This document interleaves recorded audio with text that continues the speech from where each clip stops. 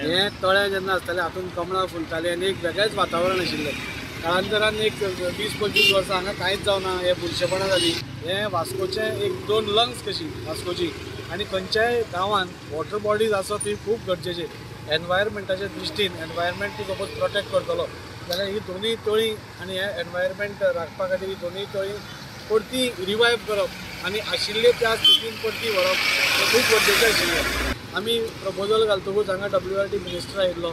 WRT मिनिस्टरान येवन आमकां तेन्नाय सांगिल्लें की आमी करया म्हणून अंडर अमृत सरोवर स्कीम।